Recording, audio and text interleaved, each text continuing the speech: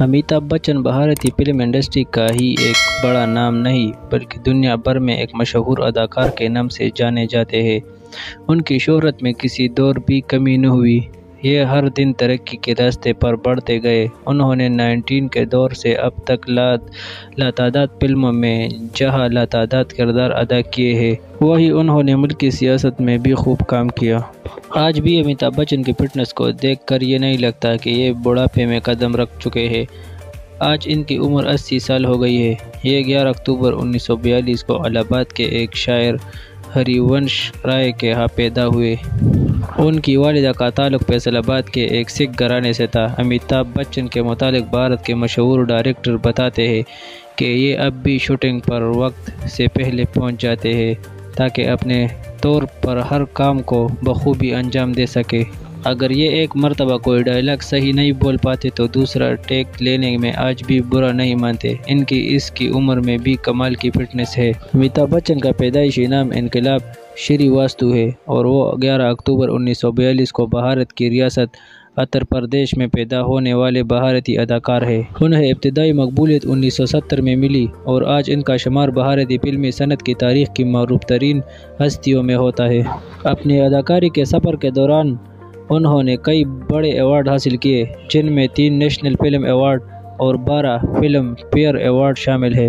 ان کے پاس سب سے زیادہ دفعہ بہترین اداکار نامزد ہونے کا اعزاز حاصل ہے۔ اداکاری کے علاوہ بچن نے گلوکاری، پیشکار اور میزبانی بھی کرتے رہے۔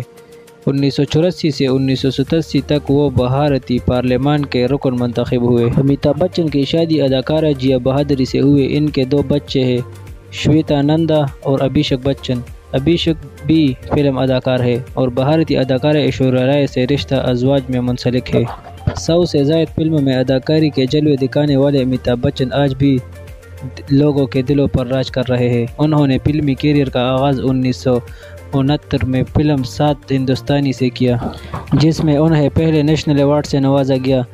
اس کے بعد انہوں نے کئی کامیاب فلموں میں اپنا اداکاری کے جوہر دکھا کر لوگوں کے دل جیت لیے۔ امیتابھ بچن نے اپنے 40 سالہ فلمی کیریئر کے دوران 12 فلم فیئر ایوارڈ حاصل کیے۔ بھارتی فلم انڈسٹری میں اب تک بہترین اداکار کے طور پر سب سے زیادہ ایوارڈز حاصل کرنے کا اعزاز اس سپر اسٹار کو ہی حاصل ہے۔ اس کے علاوہ انہوں نے کئی نیشنل، معاون اور دیگر ایوارڈز بھی حاصل کیے۔ امیتابھ بچن نے اداکاری کے علاوہ producer, T V compere, playback بیک سنگر اور انڈین پارلیمنٹ کے رکن بھی ہیں۔ ان کی مشہور فلموں میں شعلے، شہنشاہ، لاوارث، کولی، اگنی پتھ، خدا گواہ جیسی سپر ہٹ فلمیں شامل ہیں۔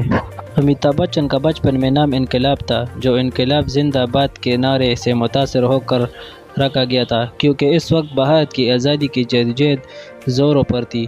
بعد میں ان کا نام بدل کر امیتابھ رکھا گیا، جس کے معنی ہمیشہ رہنے والی روشنی کے ہے۔ امیتابھ اپنے والد کے 2 بیٹوں میں بڑے ہیں۔ دوسرے کا نام اجیتابھ ہے۔ ان کی والدہ کو اسٹیج سے بہت لگاؤ تھا اور ان کو 2 فلموں میں کام کرنے کی پیشکش بھی ہوئی، مگر انہوں نے گھریلو ذمہ داری کو اداکاری پر فوقیت دی۔ امیتابھ کے اداکاری کے پیشہ کو اختیار کرنے میں ان کی والدہ کا بڑا ہاتھ تھا۔ امیتابھ کے والد کا انتقال 18 جنوری 2003 اور والدہ کا 21 دسمبر 2007 میں انتقال ہوا۔ امیتابھ کے پاس ماسٹر آف آرٹس کی سند ہے۔ انہوں نے ہائی اسکول سے ابتدائی تعلیم حاصل کی۔ اس کے بعد کالج گئے، جہاں انہوں نے علم فنون کے شعبے کو اختیار کیا۔ یہاں سے وہ جامعہ دہلی کروری مال کالج گئے اور سائنس کی سند حاصل کی۔ انہوں نے 20 سال کی عمر میں کلکتہ کی کمپنی کی نوکری چھوڑ دی تاکہ اداکاری کے سفر کو آگے بڑھا سکیں۔ امیتابھ کی اداکاری کا سفر 1969 میں فلم 7 ہندوستانی سے ہوا، جس کے ہدایت کار خواجہ احمد عباس تھی اور اداکاروں میں اتپال دت، مدھو اور جلال آغا شامل تھے۔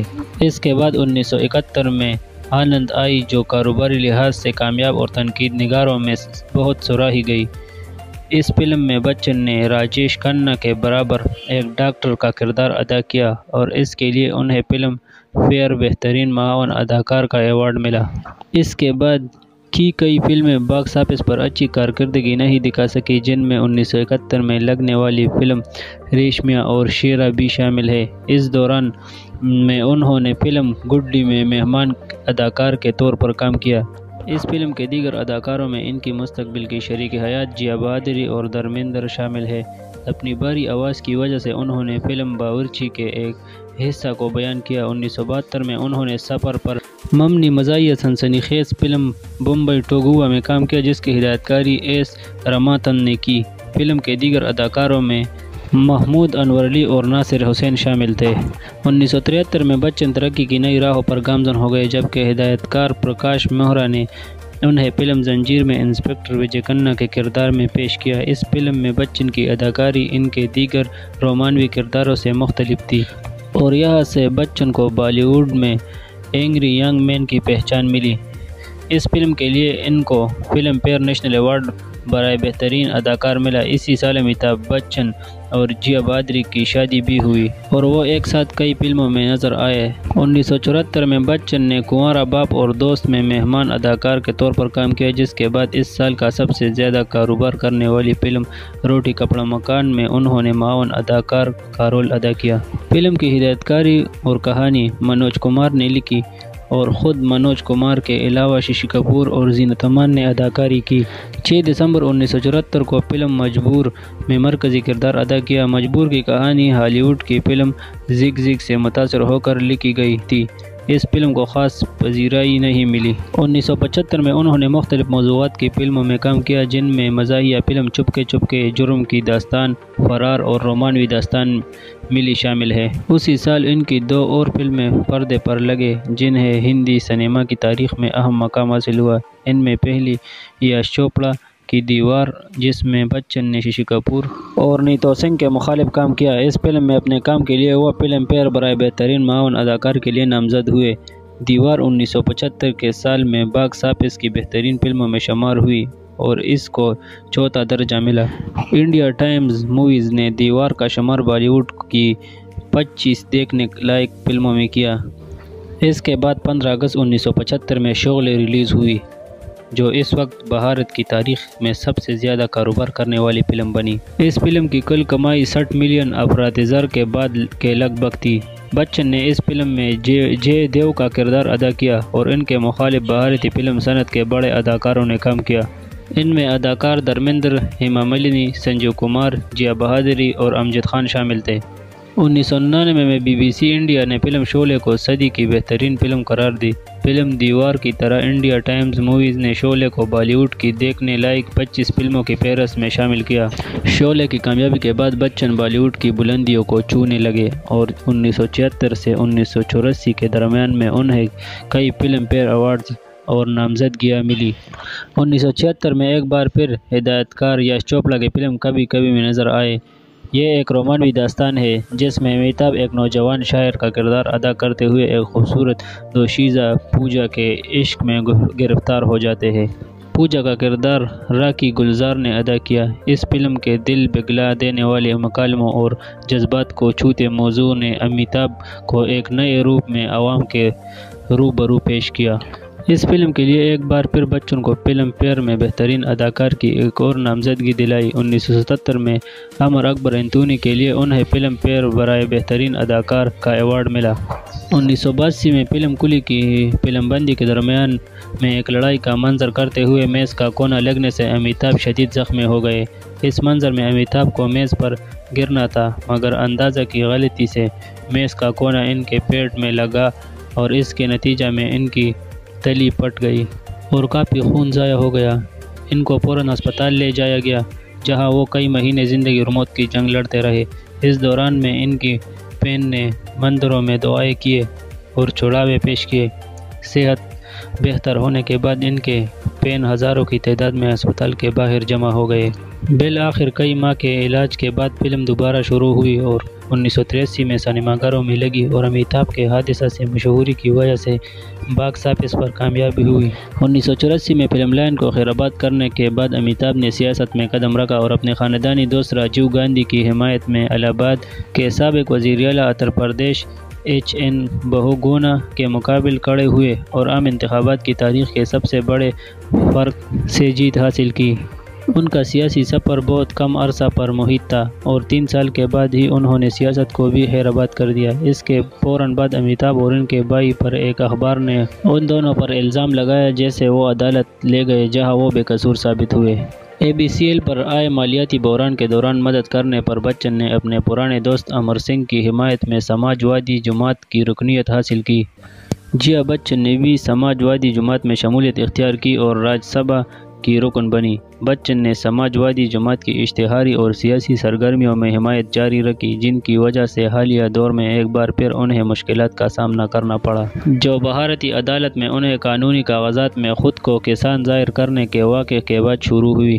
اپنی کامیابی کی بلندیوں پر ان پر بھارتی پریس نے 15 سال کی پابندی عائد کر دی۔ اس پابندی کو عائد کرنے کی فہرست میں اسٹار ڈسٹ اور دیگر فلمی جرائد شامل تھے۔ امیتابھ بچن کے مطابق اپنے دفاع میں پریس کا 1989 تک اپنی فلموں کے سیٹ پر داخلہ بند رکھا۔ ان کے مطابق یہ قدم انہوں نے پریس کو ان کے خلاف غلط خبریں شائع کرنے سے باز رکھنے کے لیے اٹھایا تھا۔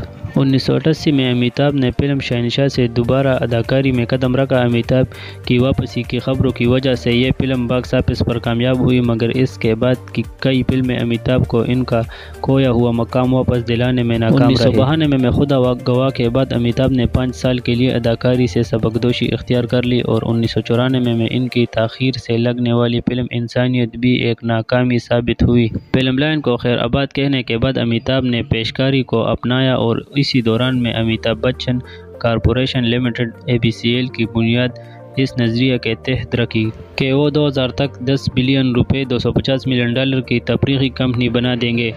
ABCL کا مقصد وسیع خدمات کو متعارف کروانا تھا جو پورے بھارت کی تفریحی صنعت کو فراہم کی جا سکے۔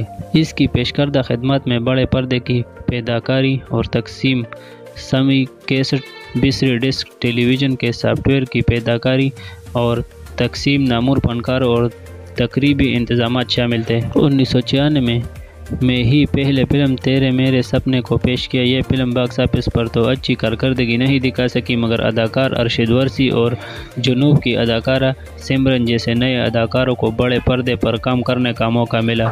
1997 میں کمپنی شدید مالیاتی بحران کا شکار ہو گئی۔ اپریل 1999 میں بمبئی ہائی کورٹ نے بچن کو اور 2 فلیٹ اس وقت تک بیچنے سے رکوا دیا جب تک وہ کنارا بینک کا قرضہ نہ اتار دے۔ 1998 میں فلم بڑے میاں چھوٹے میاں میں ان کے مزاحیہ کردار کو کافی سراہا گیا اور 1999 میں فلم سوریہ ونشم کے لیے بھی ان کا کافی حوصلہ افزائی ہوئی۔ اس کے برعکس اس سال پردے پر لگنے والی فلمیں لال بادشاہ اور ہندوستان کی قسم زبردست فلاپ ہوئی۔ سال 2000 میں بچن نے برطانوی ٹیلی ویژن کیل who wants to be a millionaire کے ہندی میں بننے والی پروگرام کون بنائے گا کروڑ پتی کی میزبانی کے فرائض انجام دیے۔ دوسرے ملکوں کی طرح اسے بھارت میں بھی بڑی پذیرائی ملی۔ نومبر 2000 میں کنارا بینک نے اپنا مقدمہ واپس لے لیا۔ نومبر 2005 تک بچن نے اس پروگرام کی میزبانی کی اور اس کی وجہ سے ان کو اپنی کھوئی ہوئی شہرت واپس ملی۔ یہ تھے امیتابھ بچن کی زندگی کے بارے میں کچھ ضروری معلومات، اور اگر آپ لوگوں نے ابھی تک ہمارا چینل سبسکرائب نہیں کیا ہے تو ہمارا چینل ضرور سبسکرائب کیجیے تاکہ ہر آنے والا نیا انفارمیٹیو ویڈیو آپ لوگوں تک پہنچ سکے۔